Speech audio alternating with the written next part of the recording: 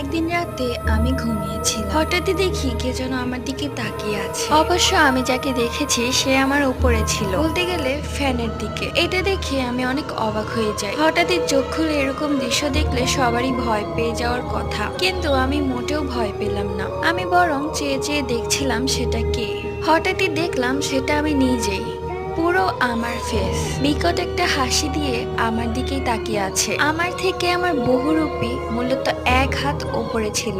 মনে হচ্ছে নিঃশ্বাস নিলেও সেটা ওর গায়ে গিয়ে লাগবে। এই দৃশ্য দেখে আমি এক চিৎকার দিয়ে অজ্ঞান হয়ে যাই। পরবর্তীতে আম্মু এসে আমার চোখে পানি ছিটা দিলে আমার জ্ঞান ফিরে, এবং জ্ঞান ফিরতেই আমি আম্মুকে ধরে হাউমাউ করে কেঁদে ফেলি। কেননা আমার এত পরিমাণ ভয় লাগছিল যে বলে বোঝাতে পারবো না। পরবর্তীতে আম্মু সবকিছু শুনে বলে, রাতের বেলা দোয়া পড়ে ঘুমালে এরকমটা হবে না। অবশ্য আমি সেই দিন দোয়া পড়তে ভুলে গিয়েছিলাম, যার জন্য আমার সাথে এমনটা হয়েছে।